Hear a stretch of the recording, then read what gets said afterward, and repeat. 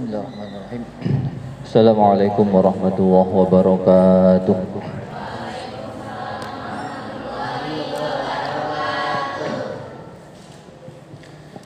Bismillah, alhamdulillah, salatu wassalamu ala rasulillah wa ala alihi wa sahbihi wa mawalah, amma ba'du.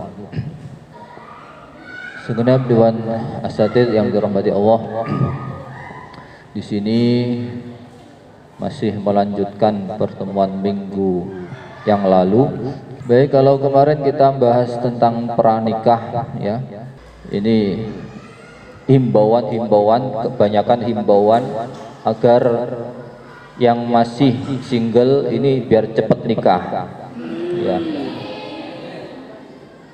Seperti yang saya share waktu habis pengajian dulu, ya, syarat nikah itu cuma 5, jangan ditambah-tambahi, ya. Rukun nikah cuma 5, ya. Itu yang sudah saya share di grup kan gitu. Jangan ditambah-tambahin, ya. Ada calon suami, calon istri, ada wali, ada saksi, dan ijab qabul, ya. Cukup 5 itu. Jangan ditambahi harus sudah punya kerjaan, harus mapan, harus ganteng, harus cantik, ya kan relatif juga, ya. Harus apa lagi, punya motor, punya mobil. Nah, itu yang bikin ribet. Nambah-nambahi rukun tadi loh yang bikin ribet, ya. Di sini saya mengutip dari pertama dari Al-Qur'an dalam surah An-Nur, wa ankihul ayama minkum was-solihina min ibadikum wa imaikum. Nah, wa iyakunu fuqara ayughnihimullahu min fadlih, yaitu itu tolong jadikan pegangan. Wa ankihul ayama minkum, pernikahkanlah gadis-gadismu, was-solihina min ibadikum, ya, dan orang-orang soleh dari hamba-hamba. Iyakunu fuqara, jika ada masih dalam keadaan fakir, yughnihimullahu min fadlih, maka Allah akan memberinya kekayaan dari fadilahnya, dari keutamaan Allah, ya. Ini yang sering saya sampaikan, ya, bagi khususnya yang masih single. Kalau sudah siap nikah, meskipun dalam keadaan fakir, meskipun dalam keadaan nggak punya, jangan takut, ya. Yughnihimullahu min fadlih, itu janji Allah, ya. Janji Allah, yughnihimullahu min fadlih, Allah akan memberinya kekayaan. Dalam hadis Nabi dikatakan juga, ya ma'syarasy syabab man istata'a minkumul ba'ah falyatazawwaj fa innahu aghaddu lil basar wa ahsanu lil farji wa man lam yastati' fa 'alaihi bis-shaum fa innahu lahu wijaa'un. Ya ma'syarasy syabab, hai para pemuda, man istata'a minkum, barang siapa yang mampu di antara kalian, al-ba'ah, biaya nikah, falyatazawwaj, maka nikahlah. Fa innahu aghaddu lil basar, karena nikah itu dapat menahan atau menundukkan pandangan, menundukkan mata, ya. Wa ahsanu lil farji, dan menjaga farji. Wa man lam yastati', barang siapa yang belum mampu untuk menikah, fa alaihi bis-shaum, maka sebaiknya berpuasa, ya. Fa innahu lahu wijaa'un, karena puasa itu bisa menjadi tameng atau bisa menahan syahwatnya. Di hadis yang lain juga dikatakan, qala Rasulullah sallallahu alaihi wasallam, hajju tastaghnu wa safaru wa tasahhu wa tanakahu tuksiru fa inni mubahun lakum bikum umam. hajilah kamu maka engkau akan kaya. Safaru, berpergianlah kamu, tasahhu, maka akan sehat. Tanakahu, nikahlah kamu, tuksiru, maka akan banyak. Banyak apa? Banyak keturunan. Baik, mungkin itu pemaparan dari saya. Silakan kalau ada yang perlu ditanyakan, monggo. Kalau saya bisa jawab ya saya jawab, kalau tidak bisa ya PR bagi saya ya. Mungkin atau dibantu dengan ustadz-ustadzahnya yang lebih tahu, kami persilahkan. Baiklah, untuk sesi selanjutnya yaitu mengenai tentang tanya jawab nih. Bagi yang ingin bertanya, kami persilakan untuk bertanya, untuk mengajukan tangannya. Ada yang mau bertanya? Silakan. Bismillahirrahmanirrahim. Terima kasih telah memberikan waktunya. Saya ingin bertanya, Pak, dalam Islam itu boleh, atau maksudnya itu boleh nggak sih kalau kita itu, contohnya gini ya, saya kan masih punya anak satu gitu ya, katanya banyak anak itu banyak rezeki, banyak pahala kayak gitu. Sedangkan saya sekarang anak satu aja, mungkin dari semua hal itu saya itu belum melaksanakan kewajiban saya sebagai orang tua gitu. Apakah ketika saya terlalu memikirkan nanti kalau saya banyak anak, ya kalau saya itu bertanggung jawab dengan baik, kalau tidak itu kan akan kembali kepada saya. Terus akhirnya saya nggak usah banyak anak aja lah, yang penting saya bisa ngurus dengan lebih baik. Apakah seperti itu boleh? Apakah seperti apalah gitu saya tuh baiknya berpikirannya itu loh, Pak. Akhirnya saya nguruskan lah sedikit aja, wong satu aja belum bisa ngurus yang baik, taruhlah dari hal-hal yang makanannya, berpakaiannya, apapun itu saya belum bisa melaksanakan tanggung jawab saya dengan baik gitu sebagai orang tua karena keadaannya. Bolehkah saya terlalu memikir itu? Apakah ya udahlah yang penting punya anak-anak aja, nanti ada sendiri, atau seperti apa Pak baiknya itu dalam kondisi saya gitu. Terima kasih. Assalamualaikum warahmatullahi wabarakatuh. Baik, untuk penanya selanjutnya kepada audiens yang ingin bertanya, satu pertanyaan lagi kami persilakan untuk bertanya. Silakan maju.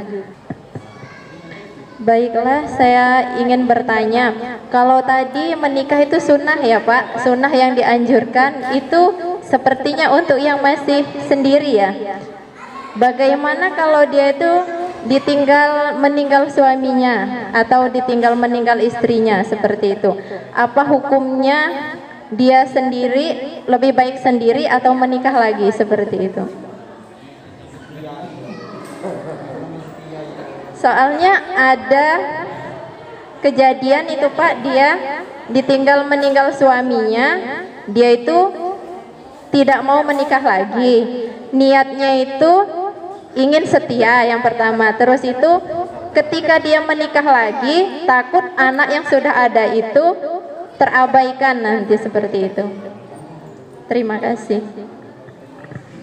Baik, terima kasih kepada audiens yang telah bertanya terkait dengan kajian kita pada siang hari ini, yaitu mengenai tentang pramenikah. Pertama, tentang keturunan, ya, tentang keturunan. Kalau saya ini tinjauannya lebih ke bukan hukum ya, tinjauannya bukan masalah hukum wajib, sunnah, boleh, haramnya bukan ya, tapi itu lebih banyak ke perasaan, kekhawatiran ya, ke sana ya. Kalau seperti itu kembali ke masing-masing keluarga, kembali ke masing-masing keluarga ya, tinjauannya kemananya ya. Di situ saya mengajak ke sini, mengajak kepada orang-orang zaman dulu. Kakek nenek kita kebanyakan anaknya banyak, iya kan? Ya. orang-orang zaman dulu yang dijadikan pedoman itu tadi, banyak anak banyak rezeki, itu pedomannya. Kalau kiai-kiai kita juga mengatakan seperti itu. Punya anak satu kok masih susah ekonomi, dianjurkan, malah dianjurkan bikin lagi, bikin lagi. Dua kok masih susah ekonomi, bikin lagi. Kalau kata kiai gitu, kata kiai-kiai itu gitu. Karena tadi pedomannya banyak anak banyak rezeki, itu udah diyakini benar sama beliau-beliau. Nah kadang kita nggak yakin itu loh, masalahnya nggak yakin. Ya. Kalau saya cuma menambahi wa'ashiruhunna bil ma'ruf, ya, bergaulah dengan yang bagus, ya, nggak harus yang perempuan ngalah, nggak harus, ya, laki juga ngalah bagus, ya, pokoknya komunikasi lah, ya. Monggo Pak Irul. Terima kasih. Ini hanya pengalaman sedikit tentang keluarga harmonis. Biasanya itu sebelum kita bertindak sesuatu itu merasa takut. Gimana nanti kita punya istri, nanti kasih makan apa, kadang-kadang gitu. Nah, maka pasti dalam rumah tangga itu ya ada namanya bahasa umumnya itu bentekan. Bentekan ini selisih. Nah, kalau ada perselisihan seperti itu harus salah satu ngalah. Yang ngerti mengalah, udah aman. Seperti piring aja pasti bentekan. Bentekan jangan sampai pecah. Nah, pasti. Nah, maka bentekan itu salah satu ngalah. Kadang-kadang perempuan itu punya sifat masing-masing. Kadang-kadang diem. Oh, kita diem juga, maksudnya gitu. Jangan sampai keterlaluan pecah. Nah, ya. Kita anak tiga itu ya kadang-kadang gini, kadang-kadang gini, saling pengertian. Apalagi nuntut masalah ini, masalah ekonomi, enggak pernah, ya, enggak pernah gitu. Harus saling memahami. Intinya saling ngalah, supaya enggak bentekan, saling tadi egonya masing-masing. Wah nanti bahaya kalau egonya masing-masing. 2 rakaat orang yang nikah itu lebih utama daripada 70 rakaat orang yang belum nikah. Kalau masalah ibadah. Nah, ya, itu keutamaan nikah. Ancamannya, jangan takut ancamannya. Nanti belakangan seperti kita menghafalkan Quran. Kalau nanti kamu lupa bahaya. Nah, kita cari keutamaan saja supaya enggak, supaya bisa lebih bagus lagi. Sama gitu aja. Kami saran, yang penting saling berpengertian tentang masalah rumah tangga. Pak Ridho ada tambahan mungkin? Yang sudah pengalaman dulu, yang kita perlu timba ilmunya yang berpengalaman lebih lama. Assalamualaikum warahmatullahi wabarakatuh. Berbagai pengalaman tentang keluarga. Kalau keluarga tanpa ada perselisihan itu bukan keluarga namanya. Iya, pasti itu adalah kembangnya keluarga. Istri saya itu kalau sudah cerewet, sayanya yang diem. Iya, bukan curhat, pengalaman kan, pengalaman. Iya, sayanya yang diem, kita harus diem. Kalau saya emosi juga nggak akan ketemu. Kalau sama-sama suami istri itu emosi nggak akan ketemu. Iya, yang penting saling pengertian. Dia marah malam ini, besok pagi pasti sudah teguran. Pasti sudah senyum lagi, pasti sudah nyediain kopi lagi. Itu, iya, walaupun marahnya dongkol bener gitu kan. Itulah keluarga. Baik ya, itu tadi dari beberapa pengalaman-pengalaman dari Ustadz Ustadzah yang sudah menikah. Kalau saya sedikit menambahi dari apa yang disampaikan. Pertama, dalam Quran dikatakan wa'ashiruhunna bil ma'ruf, ya. Pergaulilah istrimu bil ma'ruf, dengan bagus, bergaul dengan baik. Dalam ayat yang lain dikatakan hunna libasul lakum wa antum libasul lahun. Hunna libasul lakum, istri-istrimu adalah libasul lakum, pakaianmu. Wa antum, dan kamu libasul lahun, pakaian istrimu. Ya. Artinya apa? Saling melengkapi.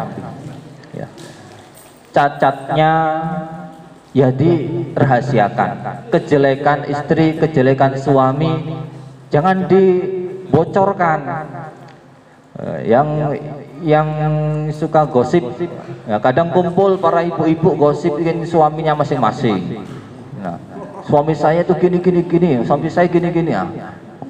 Ini tidak boleh ya, karena gunanya pakaian itu kan untuk menutupi aib ya, menutupi aib masing-masing ya. Suami menutupi aib istri, istri menutupi aib suami ya. Harus ditanamkan benar tadi ya, saling pengertian tadi ya. Saling mengerti ya, tugasnya apa, istri tugasnya apa, suami tugasnya apa ya, itu harus saling mengerti.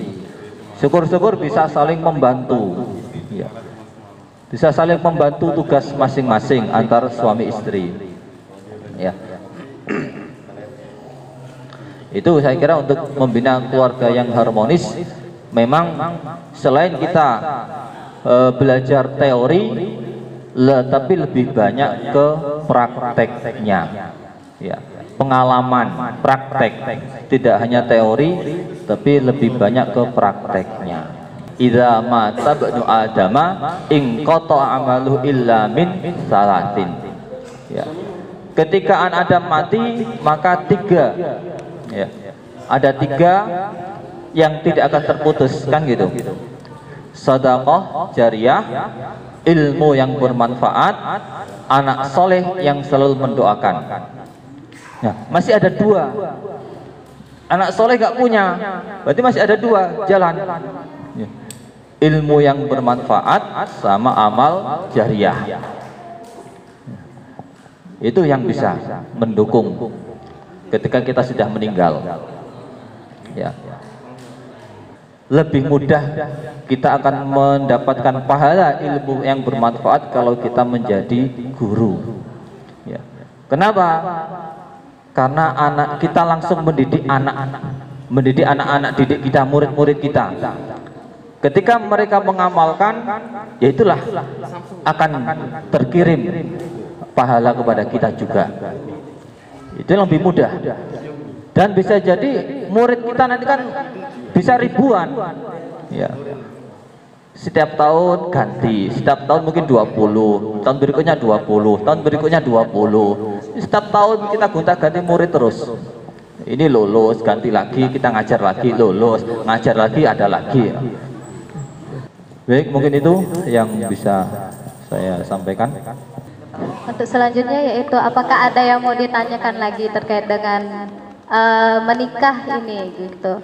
Kepada audiens saya persilakan untuk bertanya jika ada yang ingin ditanyakan lagi. Oke. Assalamualaikum warahmatullahi wabarakatuh. Nggak salah. Baiklah ya, izin bertanya ya Pak ya. Yang ingin saya tanyakan adalah kan ketika membina rumah tangga itu kan banyak sekali kewajiban dan hak-hak yang harus dilaksanakan. Dan dari sepengetahuan Mira itu ternyata banyak sekali ya Pak ya, kewajiban istri yang harus dilaksanakan. Nah yang ingin saya tanyakan, karena kekurangannya ilmu ketika ingin menikah itu harus kita mempelajari ilmunya terlebih dahulu atau harus tahu ilmunya dulu, belajar atau nikah dulu? Nikah dulu. Itu yang pertama. Yang kedua, ketika ingin menikah, kita kan banyak hukumnya ya Pak ya. Jadi dilihat dengan realitas saat ini yang terjadi, kan terkait mahar, banyaknya orang itu lebih ke kayak ke adat. Kan sekarang itu banyak mengatakan banyaknya mahar itu sekarang kayak jadi hukum adat gitu Pak, hukum adat. Nah jadi bagaimana dengan keadaan yang seperti ini kalau kita terjadinya hal yang seperti ini gitu Pak, menanggapinya. Mungkin itu saja. Assalamualaikum warahmatullahi wabarakatuh. Baik, pertanyaan pertama, lebih bagus memang belajar dulu, tapi menikah itu kan ilmu praktek, bukan ilmu teori. Ya. Praktek sambil belajar tidak masalah. Ya. Memang lebih bagusnya tahu dulu. Makanya di KUA itu kan ada yang namanya apa? Kursus nikah ya sekarang ya. Ada kursus nikah. Dikursuskan dulu sama KUA biar tahu ilmu. Ya. Bagi yang belum pernah belajar biar tahu ilmunya. Nah, itu disiasati sama KUA seperti itu. Siasati ada kursus nikah kok.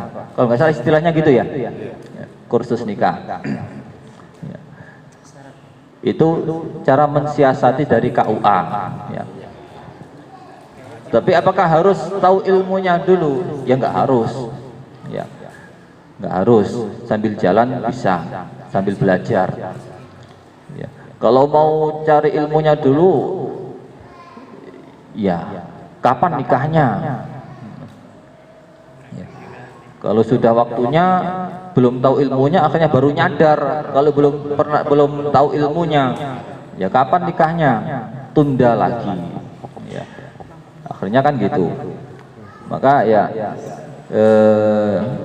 tidak masalah meskipun belum tahu, tapi insya Allah meskipun belum tahu pun sudah sedikit-sedikit tahu, paham. Ya. Sudah sedikit-sedikit paham bagaimana membina keluarga. Nah, yang perlu tahu ya kembali ke diri tentang fikihnya, bukan pernikahannya, fikihnya. Misalkan permasalahan wanita haid, nifas, ini harus tahu ilmunya, ya. Baik istri atau suami, ya. Lebih-lebih suami harus tahu, ya. Karena yang tanggung jawab kepada istri, ya. Bagaimana hukum haid wanita. Kalau istrinya nggak tahu, nggak ngerti, tanya ke suaminya. Suaminya nggak ngerti, wajib mendatangkan guru suaminya. Harus ngajari. Ya. Itu contoh tentang permasalahan wanita, pun laki-laki juga harus tahu. Ya. Jadi yang perlu kita tanamkan, syariat itu menghalalkan itu tidak sulit, tidak dibuat ribet. Tapi ya jangan terlalu murah, ya, jangan terlalu murah.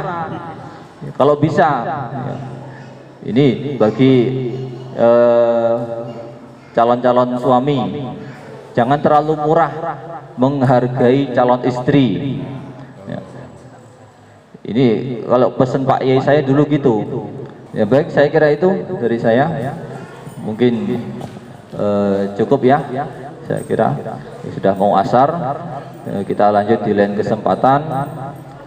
Semoga ada guna dan manfaatnya bagi kita semua, bisa memberi semangat kita yang belum nikah biar cepat nikah, biar cepat ketemu jodohnya, bisa memenuhi setengah dari imannya, kan gitu. Mungkin itu dari saya. Mohon maaf. Wallahul muwaffiq ila aqwamit thoriq. Wassalamualaikum warahmatullahi wabarakatuh.